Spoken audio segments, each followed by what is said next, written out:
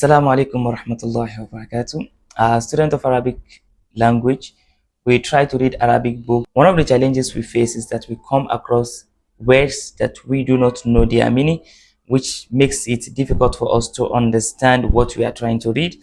And sometimes it becomes more tiring. You are reading and you are trying to resort to your dictionary to get the meaning of the words you don't know. So how do we navigate through this? How do we solve this problem? In Arabic language, you need to understand that there are basic things you need to pay attention to for you to understand who is speaking to you, or for you to understand the books you are reading. So you don't need to understand or memorize the meaning of every word in Arabic, or you don't need to know thousands of words before you can understand Arabic. You just need to understand basic things, have the basic knowledge. So these basic things, let's take them one after the other. The first one is what we call al-musnad wal-musnad ilay. Al-musnad wal-musnad ilay, you need to understand this. To explain this, we need to know that the Arabic sentences are divided into two. We have the jumlatul ismiya, we have the jumlatul fi'liya. Al-jumlatul ismiya is a nominal sentence. Al-jumlatul fi'liya is a verbal sentence. So al-jumlatul ismiya, for a start, for a beginner, will say huwa kullu jumlatin bada'at bil ism. That is every sentence that starts with a noun. That is the basic. But you need to know that sometimes jumlatul ismiya doesn't start with a noun. Sometimes. But basically it should start with a noun. But because in Arabic language, one of the khasa is one of the special feature of Arabic language is at-taqdim wa ta'khir, where you bring something forward, what you're supposed to bring backward, you bring it forward, and what you're supposed to bring forward, you bring it backward. So it happens in Arabic language. So sometimes what you are supposed to expect, your mubtada, which is the now you're supposed to start your nominal sentence with, sometimes it comes forward. So you need to know that you need to understand this thing, how it works. So you need to pay attention in jumlatul ismiya, which is a sentence that starts with a noun. You need to pay attention to two things. The first one is called al-mubtada. Mubtada in English language, you can call it as the subject of the nominal sentence. So mubtada is what you are discussing. So they will tell you that mubtada is what starts a nominal sentence, but sometimes it doesn't start. So for you to understand mubtada better, you will understand that mubtada is what you are discussing about, is the center of your discussion. So for example, if I say Muhammadun Jamil, Muhammad is beautiful, we are discussing about Muhammad. Do you understand? Let's take another example. If we say الذي نام على فراش رسول الله صلى الله عليه وسلم علي. Look at this sentence, how long it is. Ask yourself, where is the mubtada? What are we discussing? Which person are we discussing about? So you will see الذي نام على فراش رسول الله صلى الله عليه وسلم علي. It is Ali. Our mubtada is Ali, and Ali is coming at the end of the sentence. So with your understanding, or when you pay good attention to the sentence, you understand that we are discussing about Ali. That is the first in your mubtada. Now, the second thing you need to pay attention to in jumlatul ismiya, in the nominal sentence, is al-khabar. Khabar is the predicate of the nominal sentence. Khabar is giving you information about the mubtada. Now let's go back to this sentence. الذي نام على فراش رسول الله صلى الله عليه وسلم علي. So what are we saying about Ali? We say Ali الذي نام على فراش رسول الله. Ali is the one who slept on the bed of the Prophet sallallahu alaihi wasallam. So you see that this sentence الذي نام على فراش رسول الله is what is describing Ali. So sometimes your khabar comes as a word, just like in the example of Muhammadun Jamil. Jamil is khabar. We are using Jamil to describe Muhammad.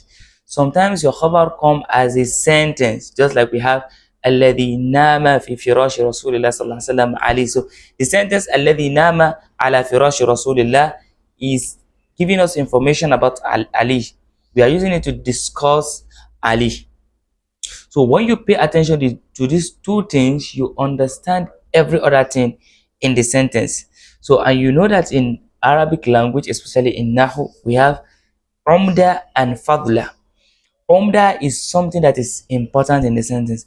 It's something that you can't do away with. It's something that when you remove it, the sentence lost its meaning. Why fadla is just additional something. Even when you don't understand fadla, you still understand the sentence. So that's for jumlatul ismiya.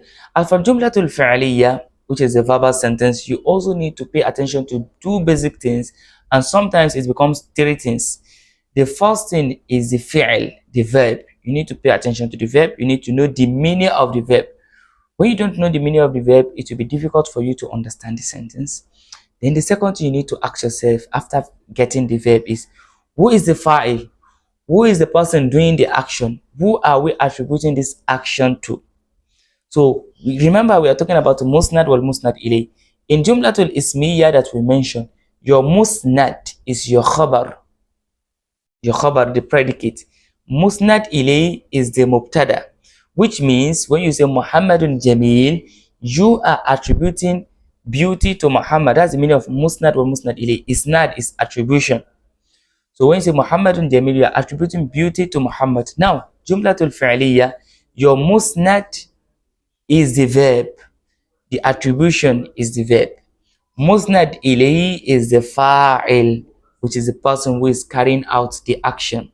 That is the subject of the verb. You understand? That's the musnad ilayhi. So those are the two basic things for jumlatul fa'iliyya. Then it could be three also. Why will it be three? If the verb is transitive verb. We have the verb in Arabic language could be muta'addi or lazim. Muta'addi is a verb that is transitive, that is, it requires maf'ulun bihi, it requires an object. Why lazim is a verb that doesn't require an object. For example, now you say dhahabtu, I went. It doesn't require an object. But when you say darabtu, I beat what? Darabtu Muhammadan, I beat Muhammad. You understand? Kharajtu, I went out. It doesn't require maf'ulun bihi. It doesn't require an object. But when you say safahtu, which is I shook hand with who? Safahtu Muhammadan, I shook hand with Muhammad. So you need to understand these two things, al-musnad wal-musnad ilay, and musnad wal-musnad ilay in jumlatul ismiya and jumlatul fi'liya. Now the question you will ask yourself if you are reading any sentence or if somebody is saying something, you ask yourself first, what kind of sentence is this? Is it jumlatul ismiya? Then you know what to pay attention to. Is it jumlatul fi'liya? Then you know what to pay attention to. Now we're done with musnad wal musnad ilay. The second thing you need to pay attention to while reading Arabic book that will make your reading easier for you, or while listening to people who are speaking that will make listening easier for you, is the siyaq. When we say siyaq, that is context. Context. What is this person discussing about? So when you understand the discussion, you understand the meaning. Let's take an example in the Quran al-Karim. Allah subhanahu wa ta'ala said, "Kullu nafsin dha'iqatul maut. وإنما توفون أجوركم يوم القيامة فمن زحزح عن النار وأدخل الجنة فقد فاز." Now look at the sentence. كل نفس ذائقة الموت. Definitely everybody know the meaning of كل نفس ذائقة الموت. Every soul shall taste death. ثم توفون أجوركم يوم القيامة. توفون أجوركم. You will be given your reward. يوم القيامة. توفون, you'll be rewarded. فَمَنْ زُحْزِحَ عَنِ النَّارِ وَأُدْخِلَ الْجَنَّةِ. We understand this sentence. Most of us don't know the meaning of زَحْزَحَ. فَمَنْ زُحْزِحَ عَنِ النَّارِ. But still we understand this sentence because we understand the discussion, we understand the context, the siyaq of the discussion. So even without understanding the meaning of زَحْزَحَ, you know what the Quran is saying there. You know that anybody that will not enter Jahannam, anybody that will be saved from Jahannam. But when they ask you what is the main meaning of zahzaha, you can't say it. But then you still understand because you understand the siyaq. You understand? So, but when we say zahzaha, you know that if you resort to your dictionary, zahzaha is ab'ada an, to distance somebody from something. So فَمَنْ زُحْزِحَ عَنِ النَّارِ, the person who is in distant from the hellfire, فَقَدْ فَازَ. But you don't need to go to the dictionary to check for the meaning of zahzaha before you will understand the meaning. I remember while I was still learning at the beginning, my ustaz was saying one day, he said, بل تكون الأمور مكثفة. I didn't know the meaning of mukathafa, but because of the discussion, I understand, okay, mukathafa could mean like the issue could be difficult, could be much. So I understand even without knowing the meaning of mukathafa in the dictionary, because I understand what we are discussing. We are discussing about study, and we're discussing about numbers of mawad, numbers of subjects that we are taking in school. So without me knowing the meaning of mukathafa from the dictionary, but looking from the siyak, from the context of discussion, I understand what the Ustaz is saying. So Arabic language is a very beautiful language that when you just understand the basic things, you just break through and you understand the language without memorizing a whole lot of dictionary or a whole lot of words. And also one of the beauty of Arabic language is also that words sometimes, meaning of words and the way they sound, like the way words sound sometimes is related with their meaning. For example, we talk about zah. Look at the word zah, how it sound and the meaning, which means to withdraw somebody from something, or to remove somebody from somewhere, or to to distance somebody from something. So you look at the meaning zah, the way it sound and what it imply.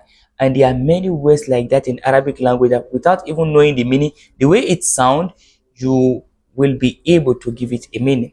So we talk about al-isnad, which is, we talk about musnad wal musnad ilay, what you are attributing and what you are attributing it to, and we discuss it in jumlatul ismiya and also in jumlatul fi'liya. Then we talk about siyak. So with this, you'll be able to understand Arabic language. Wassalamu alaikum wa rahmatullahi wa barakatuh. Thanks for learning with me.